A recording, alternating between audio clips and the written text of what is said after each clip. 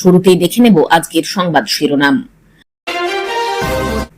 রাজ্যের ক্ষমতায় কে, কারা এগিয়ে, নজরবন্দির প্রথম সমীক্ষা প্রকাশ।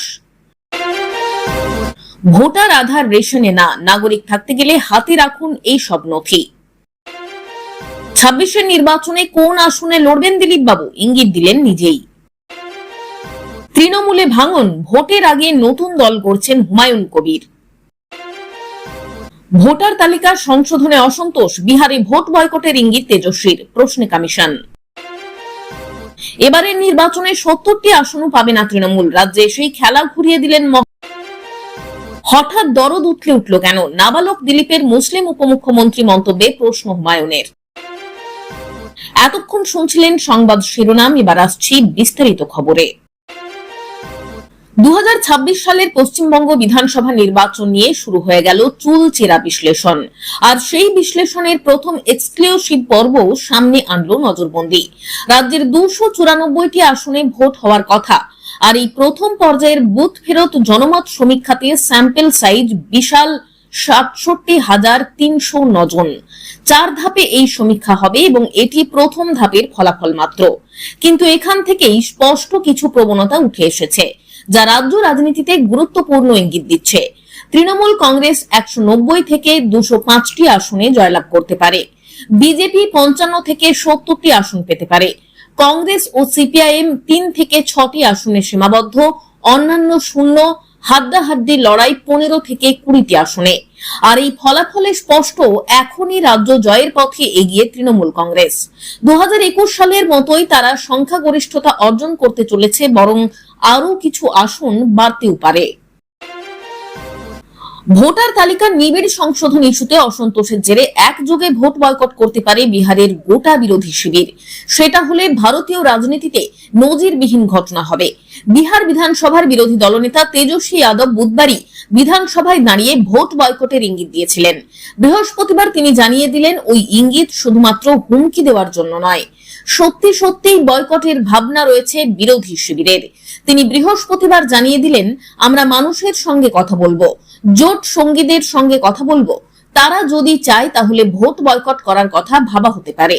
তেজস্বী বলছেন, এমন একপেশে ভাবে পক্ষপাত দুষ্ট নির্বাচনের কোনো অর্থ হয় না। বিহারে ভোটার তালিকা সংশোধনের কাজ করছে নির্বাচন কমিশন, যাকে বলা হচ্ছে স্পেশাল ইন্টেন্সিভ রিভিশন। অবৈধ অনুপ্রবেশকারী সহ অযোগ্য ভোটারদের তালিকা থেকে বাদ দেওয়ার লক্ষ্যেই এই পদক্ষেপ করা হচ্ছে বলে জানিয়েছে কমিশন। তারা বলেছে, যাতে শুধুমাত্র যোগ্য ভারতীয় নাগরিকেরাই ভোট দানের অধিকার পান, সেটা নিশ্চিত করতেই এই সংশোধনী। কার্যক্ষেত্রে দেখা যাচ্ছে, এর ফলে ভোটার তালিকা থেকে বাদ পড়তে চলেছে অন্তত 56 লক্ষ নাম। হিসাব বলছে, গড়ে প্রতিটি বিধানসভায় 23,000-এর কাছাকাছি ভোটার তালিকা থেকে বাদ পড়ছেন, কোথাও বেশি কোথাও কম। কিন্তু 23,000-এর এই গড় ধরলেও ভোটের ফলাফলের ওপর বিরাট প্রভাব পড়তে পারে। সাধারণত যারা এই তালিকা থেকে বাদ পড়ছেন তাদের অধিকাংশই প্রান্তিক শ্রেণীর মানুষ। এদের অনেকেই হয়তো বহুদিন ধরে ভোট দিয়ে আসছেন, অথচ কমিশন যে যে নথি চেয়েছে সেগুলি তাদের নেই। এই ভোটারদের একটা অংশ সংখ্যালঘু, চিরাচরিত বিজেপি বিরোধী, আবার একটা অংশ একেবারেই প্রান্তিক, সরকারি সুবিধা থেকে বঞ্চিত। তাদেরও সরকার বিরোধী ভোট দেওয়ার সম্ভাবনাই বেশি। তেজস্বীদের দাবি, এভাবে একপেশে পক্ষপাত দুষ্ট নির্বাচন হলে সেই নির্বাচনের কোনো অর্থ হয় না। যদিও ওয়াকিবহাল মহলের মতে তেজস্বীর এই ভোট বয়কটের দাবি নিতান্তই চাপ বাড়ানোর কৌশল। কার্যক্ষেত্রে হয়তো ভোট বয়কটের পথে তিনি হাঁটবেন না। 18 লাখ ভোটার মৃত, 26 লাখ ভোটার আর সেই বিধানসভা কেন্দ্রে বাস করেন না। 7 লাখ ভোটারের নাম 2 জায়গায় নথিবদ্ধ রয়েছে। সব মিলিয়ে 51 লাখ ভুতুড়ে ভোটার। বিহারে ভোটার তালিকায় নিবিড় সংশোধনী অভিযান চালিয়ে এমনই শিহরণ জাগানো তথ্য সামনে এসেছে। এবার বাংলার ঘরে ঘরে কড়া নাড়বে নির্বাচন কমিশন। বিহারের নিবিড় সংশোধনী অভিযানের ক্ষেত্রে নির্বাচন কমিশন 11টি নথিকে নাগরিকত্বের প্রামাণ্য হিসেবে গ্রহণ করছে। সেক্ষেত্রে কেবল বিহার নয়, মনে করা হচ্ছে বাংলাতেও সেই পথেই হাঁটবে কমিশন। চলুন জেনে নিই ঠিক কোন নথি প্রামাণ্য হিসেবে গ্রাহ্য। যে কোনো পরিচয়পত্র, কেন্দ্র সরকার, রাজ্য সরকার ও রাষ্ট্রায়ত্ত সংস্থার কোনো পেনশন হোল্ডার যদি হন তবে সেই সংক্রান্ত নথি। সরকার, স্থানীয় প্রশাসন, ব্যাংক, পোস্ট অফিস, এলআইসি, রাষ্ট্রায়ত্ত সংস্থার যে কোনো পরিচয়পত্র, শংসাপত্র যা 1 জুলাই 1987 আগে ইস্যু করা হয়েছে। যথাযথ সংস্থার দ্বারা জন্ম শংসাপত্র বা বার্থ সার্টিফিকেট, পাসপোর্ট, মাধ্যমিক স্তরের বোর্ড সার্টিফিকেট, শিক্ষাগত শংসাপত্র যা সরকার স্বীকৃত বোর্ড বা বিশ্ববিদ্যালয় দ্বারা ইস্যু করা হয়েছে, যথাযথ রাষ্ট্রীয় সংস্থা দ্বারা ইস্যু করা স্থায়ী বসবাসের শংসাপত্র বা পার্মানেন্ট রেসিডেন্ট সার্টিফিকেট, বনাঞ্চলের বসবাসের শংসাপত্র বা forest right certificate, OBC, SC, ST অথবা যে কোনো জাতিগত শংসাপত্র বা কাস্ট সার্টিফিকেট বা যথাযথ সংস্থা দ্বারা ইস্যু করা হয়েছে এমন, এনআরসি যেখানে চালু হয়েছে বা যদি হয়ে থাকে কোথাও সেই পত্র, সরকার বা স্থানীয় কোনো কর্তৃপক্ষ দ্বারা পরিবারে নথিবদ্ধ করুন, সরকার কর্তৃক প্রদত্ত জমি, বাড়ির পাট্টা বা শংসাপত্র। সম্প্রতি একটি সাংবাদিক সম্মেলনে দিলীপ ঘোষ কার্যত ভাষাগত ও সাংস্কৃতিক ইস্যুকে সামনে এনে তৃণমূলের দ্বিতীয় মুখ অভিষেক বন্দ্যোপাধ্যায়ের বিরুদ্ধে চাঁচাছোলা ভাষায় আক্রমণ শানান। তিনি বলেন, মুখে বাঙালি বাঙালি বলেন আর বিয়ে করেছেন পাঞ্জাবি বউকে, বাংলায় কি কোনো সুন্দরী যোগ্য মেয়ে নেই? এই ব্যক্তিগত আক্রমণে নতুন করে বিতর্কের ঝড় উঠেছে বঙ্গ রাজনীতিতে। এখানেই থেমে থাকেননি দিলীপ। তৃণমূল কংগ্রেসকে এক হাত নিয়ে তিনি বলেন, বাংলায় কি এমন কেউ নেই যাকে লোকসভায় প্রার্থী করা যায়? অন্য রাজ্য থেকে প্রার্থী আনতে হচ্ছে কেন? বাংলাদেশ থেকে অভিনেতা আনতে হচ্ছে কেন? বাংলার মানুষ এতটা অযোগ্য? সম্প্রতি মুখ্যমন্ত্রী মমতা বন্দ্যোপাধ্যায় রাজ্যের মানুষের জন্য চালু করেছেন আমাদের পাড়া আমাদের সমাধান প্রকল্প। তার পাল্টা দিলীপ বলেন, পাড়ায় পাড়ায় তো মারপিট চলছে, চাকরির নাম করে টাকা নিয়েছে, কাটমানি নিয়েছে, কত সমস্যা তৈরি করেছে, সমাধান করবে কিভাবে? তিনি আরো দাবি করেন, সাধারণ মানুষ আর তৃণমূল নেতাদের বিশ্বাস করেন না। ধর্মতলার 21শে জুলাইয়ের মঞ্চ ছাড়া আর কোনো জায়গায় তাদের দেখা যায় না বলেও তোপ দাগেন দিলীপ। বহুদিন ধরে গুঞ্জন চলছিল 2026 সালের বিধানসভা নির্বাচনে দিলীপ ঘোষ কি ফের খড়গপুর থেকে প্রার্থী হবেন। সাংবাদিকদের প্রশ্নের জবাবে তিনি বলেন, পার্টি যদি আমাকে প্রার্থী করতে চায় আমি লড়বো, তবে চূড়ান্ত সিদ্ধান্ত পার্টির। আমি কোনো পদ বা টিকিট চাইনি, দলই দিয়েছে। তিনি জানান, আগে দুবার চয়েস জিজ্ঞাসা করেছিল, আমি বলেছিলাম খড়গপুর, পরে মেদিনীপুর, দুবারই জিতেছি। তবে গতবার কেউ চয়েস জানতে চায়নি, ফল কি হয়েছে আপনারাই জানেন। সম্প্রতি খড়গপুরে একটি বড়সড় বিজেপি সভায় অংশ নেন দিলীপ ঘোষ। তাতে তিনি বলেন, এখানকার বিজেপি সংগঠন সব থেকে শক্তিশালী, অনেকদিন বড় প্রোগ্রাম হয়নি, তাই এই সভার আয়োজন। রাজনৈতিক বিশ্লেষকদের মতে এই সভার মাধ্যমে দিলীপ ঘোষ কার্যত মাটিতে পা রেখে ফের সংগঠন চাঙ্গা করতে শুরু করেছেন। তার অভিজ্ঞতা ও আগ্রাসী নেতৃত্ব বিজেপির কাছে ভোটের আগে গুরুত্বপূর্ণ হয়ে উঠতে পারে। দিলীপ ঘোষের কথায় স্পষ্ট, তিনি সিদ্ধান্তের ভার দলের উপর ছেড়ে দিলেও নিজে প্রস্তুত। তার কথায় 26 সালের নির্বাচনে খড়গপুর থেকে দাঁড়াবো কিনা সেটা আজ বলা কঠিন, কিন্তু দলের নির্দেশ এলে লড়বো।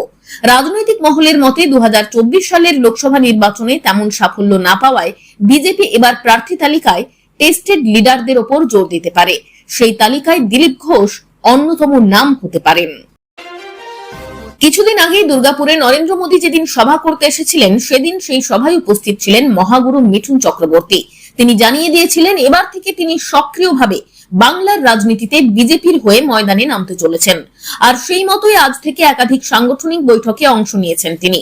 গিরিশ পার্কে দলীয় একটি সাংগঠনিক বৈঠকের পরেই বর্তমানে যে ইস্যু নিয়ে সব থেকে বেশি সরগরম রাজনীতি, সেই ভুয়ো ভোটার সম্পর্কে বলতে গিয়ে তৃণমূলের কম্পন ধরিয়ে দিলেন মিঠুন চক্রবর্তী। বর্তমানে ভুয়ো ভোটারকে কেন্দ্র করে তৃণমূল এবং বিজেপি দুপক্ষই একে অপরের বিরুদ্ধে অভিযোগ করছে। নির্বাচন কমিশন বিহারের পর বাংলায় ভোটার তালিকায় সংশোধনী করার প্রক্রিয়া শুরু করবে বলেই খবর। আর তারপরেই তৃণমূলের পক্ষ থেকে অভিযোগ, বাংলাকে দখল করার জন্য নির্বাচন কমিশনকে কাজে লাগাচ্ছে বিজেপি। যদিও বিজেপির দাবি, বাংলায় অনেক অবৈধ ভোটার এবং রোহিঙ্গা অনুপ্রবেশকারীরা রয়েছে, যারা তৃণমূলের ভোট ব্যাংক, তাই তাদের ভোটার তালিকা থেকে বাদ দিয়ে নির্বাচন প্রক্রিয়াকে স্বচ্ছ করতে চাইছে নির্বাচন কমিশন। আর সেই প্রক্রিয়া শুরু হলে তৃণমূল ক্ষমতায় আসতে পারবে না, কারণ রোহিঙ্গা এবং অনুপ্রবেশকারীরা এবং অবৈধ ভোটাররা তখন ভোটার তালিকা থেকে বাদ যাবে, যার ফলে তৃণমূলের আর ক্ষমতায় আসা হবে না। আমি সেই কারণেই এখন আতঙ্কিত হয়ে পড়েছি, তৃণমূল কংগ্রেস বলেই দাবি করছে বিজেপি। আর বিজেপির সেই কথাই তুলে ধরে ভোটার তালিকায় সংশোধনী হলে তৃণমূলের আসন সংখ্যা যে একেবারে তলানিতে ঠেকে যাবে, সেই কথাই উল্লেখ করলেন মিঠুন চক্রবর্তী। এদিন মিঠুন চক্রবর্তী বলেন, যারা বেছে বেছে এখানে এসেছেন, সেই বেছে বেছেদের ফেলে ফেলে দেওয়া হবে।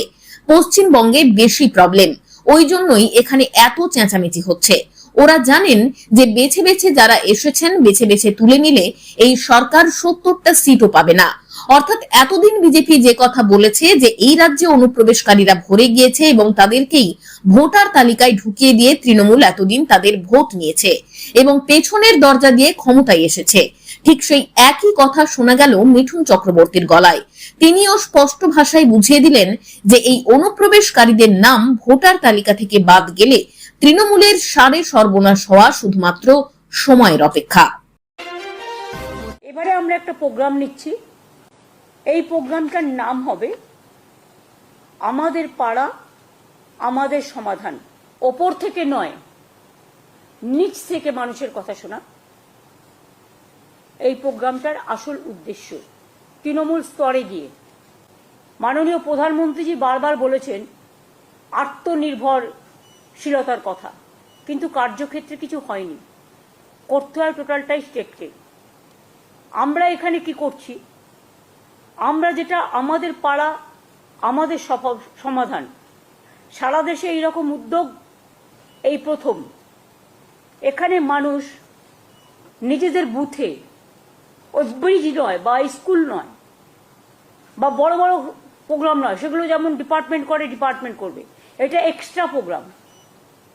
গ্রামে ছোট ছোট সমস্যা থাকে, সেটা আমাদের সরকারি অফিসাররা শুনবেন।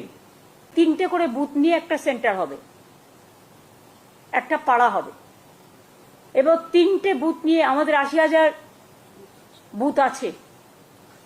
এটা করতে 2 মাস সময় লাগবে, কারণ একটা বুথ থেকে আরেকটা বুথে যাবে, একটা বুথ থেকে আরেকটা বুথে যাবে। 3টে বুথ নিয়ে একদিন করে ক্যাম্প হবে পাড়ায় পাড়ায়। এখান থেকে কথাগুলো শোনার পরে আমরা একটা ফান্ড স্যাংশন করছি। এত সমস্যার মধ্যেও এক একটা বুথের জন্য আমরা এর জন্য ছোট ছোট কাজ করার জন্য 10 লক্ষ টাকা করে স্যাংশন করব। তার মানে এখানে প্রায় 8,000 কোটি টাকার উপর সরকারের খরচা হবে। এটা শুরু হবে 2 আগস্ট থেকে।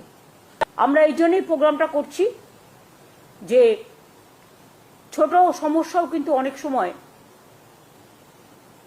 মানুষ খুশি হয়, তাদের কথা কেউ শুনছে, তাদের পাড়াটাকে কেউ মাথায় রেখেছে, তাদের গ্রামটাকে কেউ মাথায় রেখেছে। এই সুযোগে গভর্নমেন্ট একটা 80,000 বুথে পৌঁছে যাওয়ার চেষ্টা করবে। সরকারের কাছে কাউকে পৌঁছতে হবে না, সরকার তাদের দরজায় পৌঁছে যাবে। আমরা দুয়ারে সরকার করেছি, আমরা দুয়ারে রেশন করার চেষ্টা করেছি, পাড়ায় পাড়ায় গিয়ে রেশন দেওয়া হচ্ছে। সেইভাবে এটা আমাদের পাড়া আমাদের সমাধান। 3টে করে বুথ নিয়ে একদিন করেই ক্যাম্প হবে। সকলের সহযোগিতা কামনা করব।